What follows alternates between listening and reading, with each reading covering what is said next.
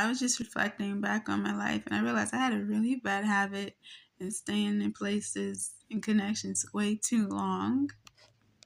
And I used to shame myself for that.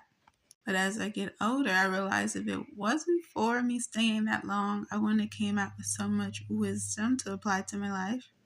I say all this because I feel like a lot of us beat ourselves up for connections or bad habits we stayed in way too long, but you don't understand nothing's ever wasted.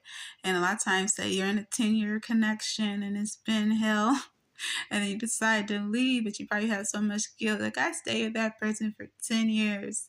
But if you really reflect, you have so much wisdom now because now you know what you don't prefer in death. Like, it's no way you're going to go back to a situation like that because you stayed in one so long. You'd be damned if you stay in another one that long. So it actually helps give you clarity on how you choose to move forward and what you're willing to put up with. Say all this just so we don't be so shameful with leaving situations that we stayed in too long or it was obvious we shouldn't have even got into, because at the end of the day, come out with a lot of wisdom and you should be proud of yourself for leaving despite how you may feel.